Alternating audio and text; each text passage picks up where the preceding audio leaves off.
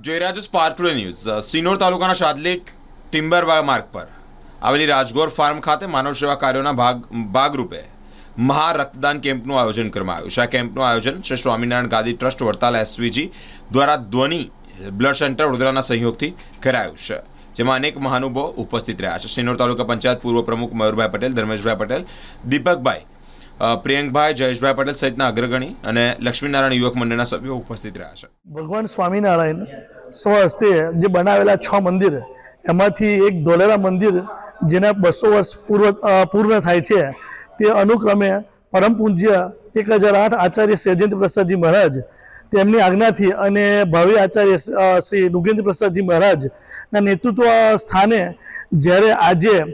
સ્વામિનારાયણ સંપ્રદાય અનુષ્ઠાન અને વિવિધ ધાર્મિક કાર્યો કરે છે અને તેની સાથે માનવની જે સેવા માટે જે કેન્સરગ્રસ્ત થેલેસમિયા જે પીડિત જે લોકો હોય છે એમની માટે આજે આખા ગ્લોબલ એટલે કે સ્વામિનારાયણ સંપ્રદાયના જેટલા લોકો જ્યાં વસે છે એ બધા જ આજે ભેગા મળીને એક મહા રક્ત કેમ્પનું આજે આયોજન કરેલું છે। તે આયોજન અંતર્ગત વડોદરા જિલ્લાની અંદર સિનોર તાલુકા લેવલે એક સાડલી ફાર્મ છે, રાજગોર ફાર્મ, ત્યાં રાખેલું છે અને અહીં આગળ મોટી સંખ્યામાં લોકો હરિભક્તો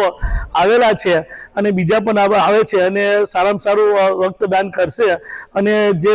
જરૂરિયાત જે લોકો છે ને એમને રક્તદાન મળે ને એ લોકોને મળી રહે સેવા જે બ્લડની, એવી એક આશા અને અપેક્ષા સાથે